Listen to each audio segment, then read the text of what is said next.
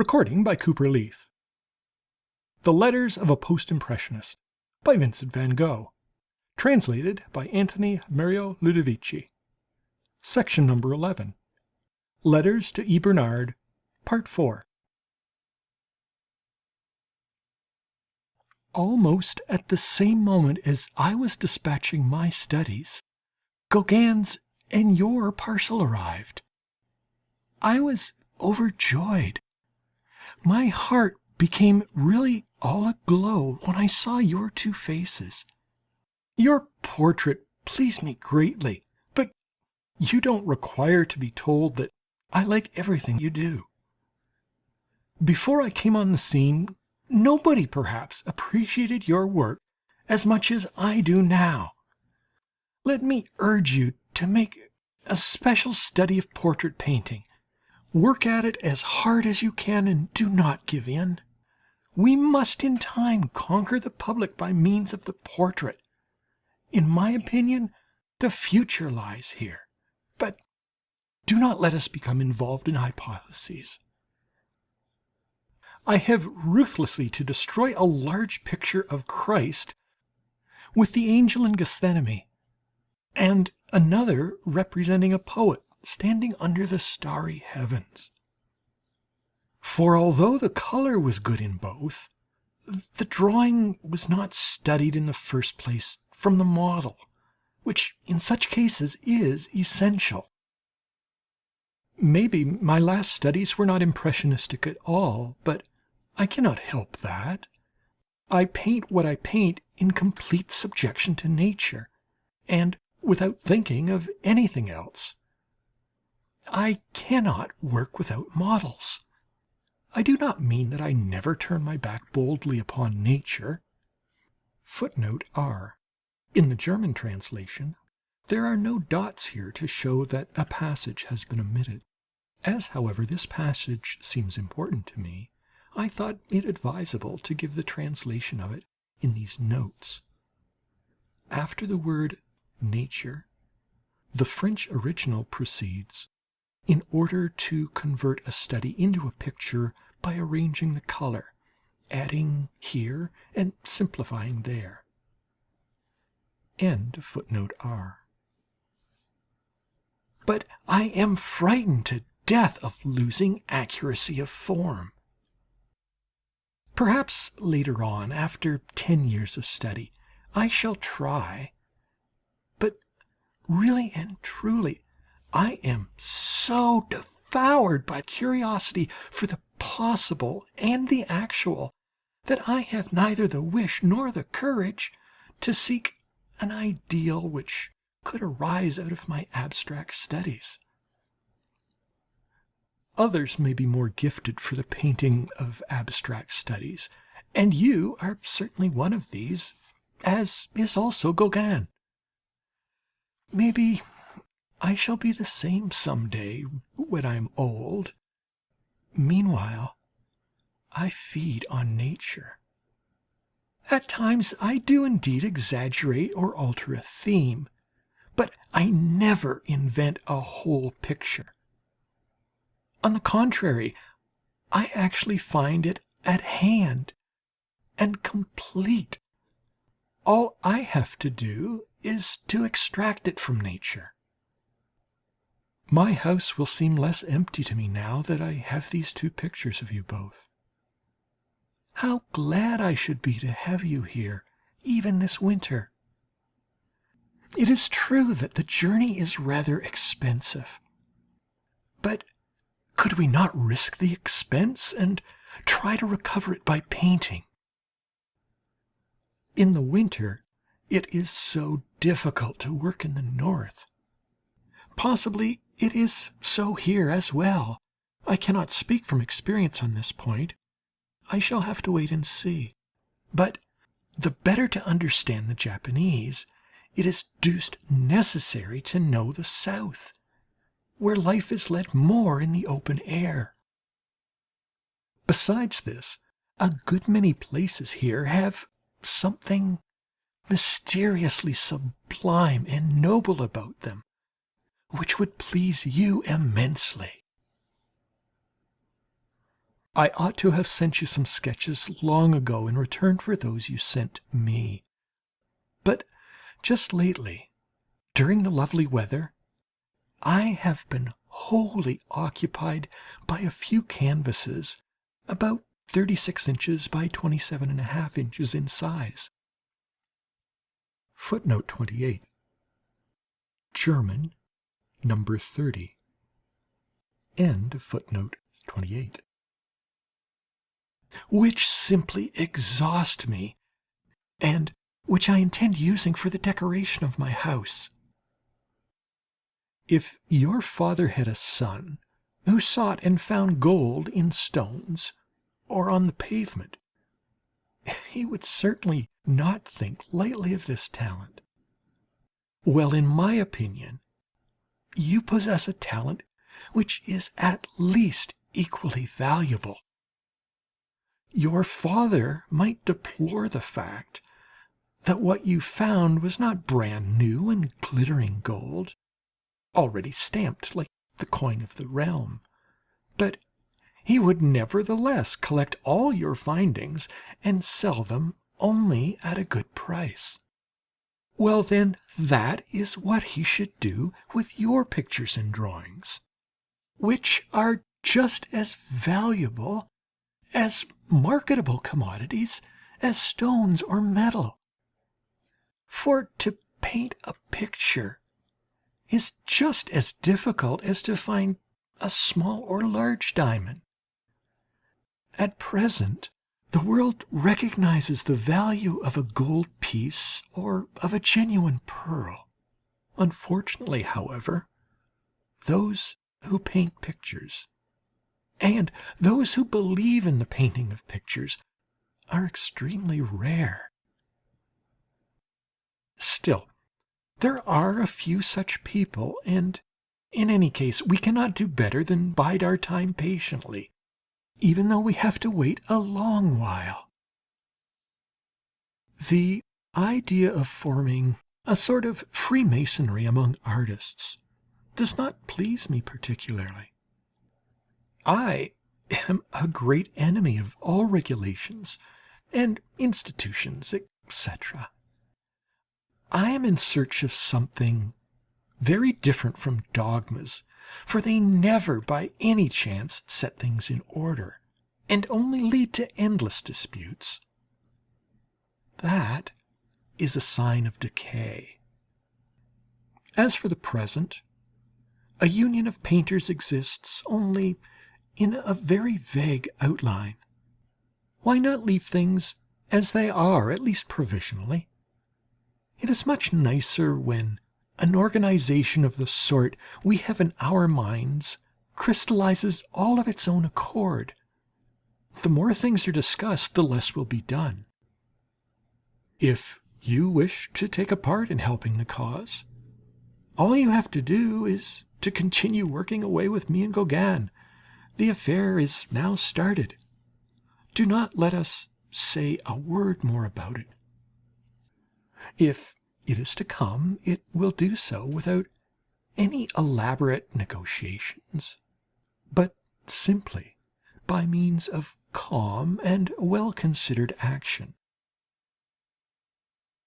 I am sending 5 studies, and must also include at least 2 attempts at somewhat more important pictures. A portrait of myself and a landscape painted in a most terrible north wind.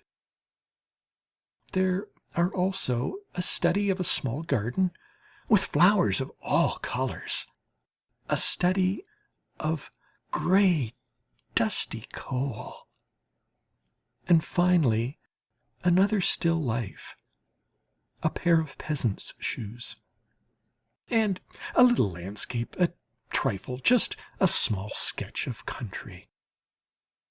In the event of these studies not meeting with any appreciation, and one or the other of our friends not being able to take a fancy to any of them, please keep those that are liked and return the others together with the pictures sent in exchange for those that are retained. There is no hurry, and when business is done by barter, it is but right and proper for both sides to try and offer only good work. If in the morning it is sufficiently dry to be rolled up, I shall also send you a landscape containing figures unloading sand, and in addition to that, the rough sketch of a picture which is full of a mature will. What about the gentleman so diligently engaged in art, whom I found in your last letter, and who looked so like me? Was he supposed to be me or someone else? As far as the face is concerned, he looks very like me. But in the first place, I always smoke a pipe. And then I positively dread sitting on a thin ledge of rock overlooking the sea, for I suffer from giddiness. In the name of these presents, I therefore protest most solemnly against the other resemblances I have already mentioned. Footnote S. E. Bernard says that this refers to a caricature by Gauguin of Van Gogh sitting on a ledge of rock drawing the sun. End of footnote S. The decoration of my house is absorbing me entirely, and I hope and believe that it will be very tasteful, even if it be very different from everything you do. That reminds me that on one occasion, some time ago, you spoke to me of certain pictures which were to represent flowers, trees, and fields, respectively. Now, I have the Poet's Garden, 2 canvases, the Starry Night, the Vineyard, the Furrows, the View from my house, which might also be called the Street. As you see, without any intention on my part, a certain natural sequence seems to connect them together. I should be very curious to see sketches of Pont-Aven, but you must send me a more finished study. You are, however, sure to do everything in the best possible way, for I am so fond of your talent that in time I shall make quite a little collection of your works. I have always been very much moved by the thought that Japanese artists often bartered their pictures among themselves. That does indeed show that they loved one another and were united, that a kind of harmony prevailed among them, and that they lived in brotherly concord instead of in intrigues. The more we resemble them in these things, the more we shall prosper. It also appears that a few of these Japanese artists earned very little money and lived like simple workmen. I have a reproduction of a Japanese drawing, Bing's publication, representing a single blade of grass. What a paragon of conscientiousness it is! I shall show it to you when I get the chance. What surprised me in your letter were your words, "Ah, as for painting Gauguin's portrait, that is impossible." Why impossible? That's all nonsense, but I will not press you further. And has not Gauguin, for his part, ever thought of painting your portrait? You are a funny pair of portrait painters, I must say. You live all day long shoulder to shoulder, and cannot even agree so far as to act as each other's models. The end of it will be that you will part without having painted each other's portraits. All right, I will not urge you any more, but I hope that one day I shall be able to paint both your portrait and Gauguin's. I shall do it as soon as we come together, which is sure to happen some day. Whereas the finest plans and calculations so often come to naught, if only one work on the off chance, and take advantage of the happy accidents the day brings with it, one can accomplish a host of good and astonishing things. Make a point of going to Africa for a while. You will be enraptured with the South, and it will make you a great artist. Even Gauguin is greatly indebted to the South for his talent. Footnote T. The French word is not talent, but supériorité. End of footnote T. For many months now I have been contemplating the strong sun of the South, and the result of this experiment is that, in my opinion, and chiefly from the standpoint of colour, Delacroix and Monticelli, who are now wrongly reckoned among the pure romanticists and the artists with fantastic imaginations, are entirely justified. Think of it.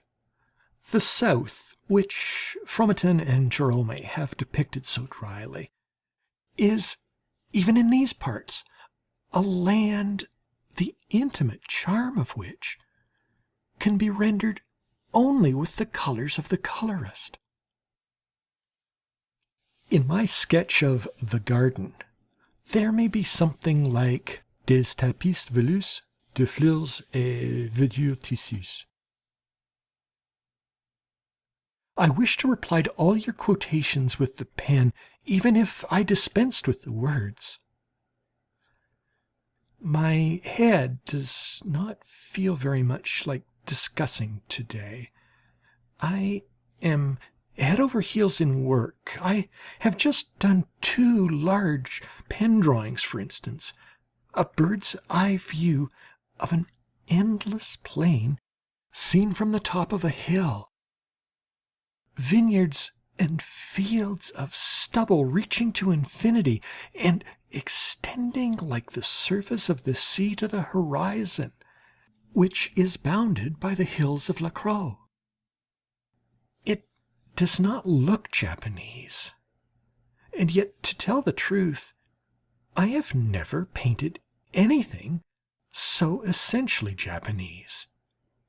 A tiny figure of a labourer and a small train running through the cornfields constitute the only signs of life in the picture. Think of it. On one of my first days at this place, a painter friend of mine said to me, it would be absurdly tedious to paint that. I did not attempt to answer, but thought the spot so beautiful that I could not even summon the strength to upbraid the idiot.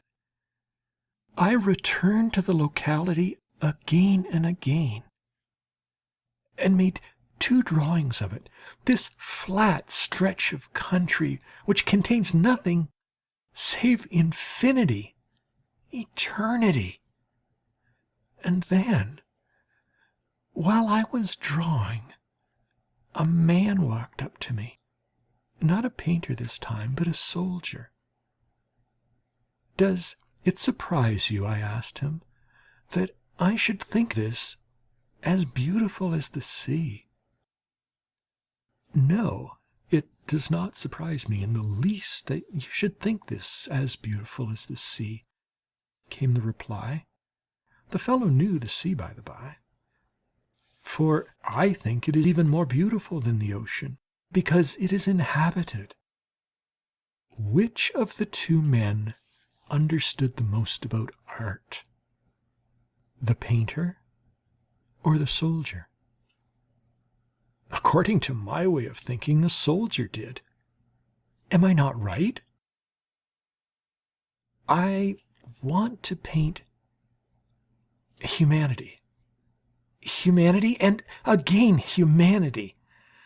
I love nothing better than this series of bipeds, from the smallest baby in long clothes to Socrates, from the woman with black hair and a white skin to the one with the golden hair and a brick red sunburnt face.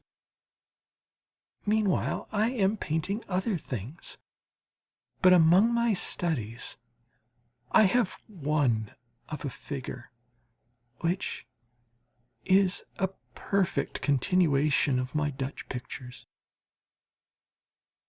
On one occasion I showed these to you, together with various other pictures of my Dutch days, the potato eaters, etc., and I should like you to see these as well. They are all studies in which colour plays such an important part that the black and white of a drawing could not give you any idea of them. I had actually thought of sending you a very large and careful drawing of the one in question, but however accurate it might be, it would result in something totally different. For colour is the only thing that can suggest the effect of the hot, parched air of a midsummer's day at noon in the midst of harvest making, and if this effect is lacking, the whole picture is altered.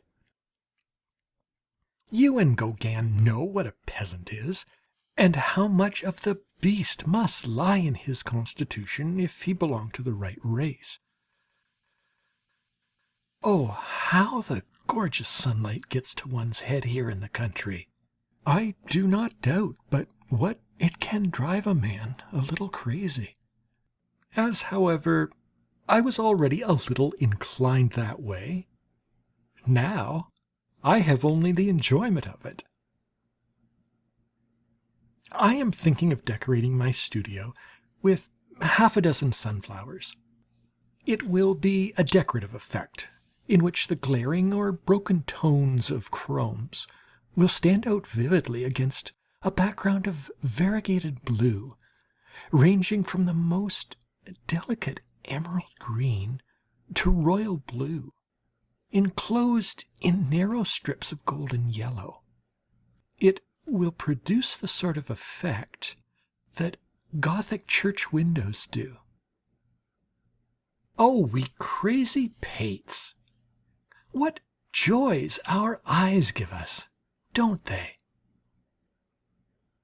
Nevertheless, nature takes her revenge on the animal in us, and our bodies are pitiable, and often a terrible burden. This has been so ever since the time of Giotto, who was a sickly sort of man. But what a delightful sight, and what amusement we get from the toothless laughter of that old lion Rembrandt, with a cloth round his head and his palette in his hand. End of section 11. Recording by Cooper Leith.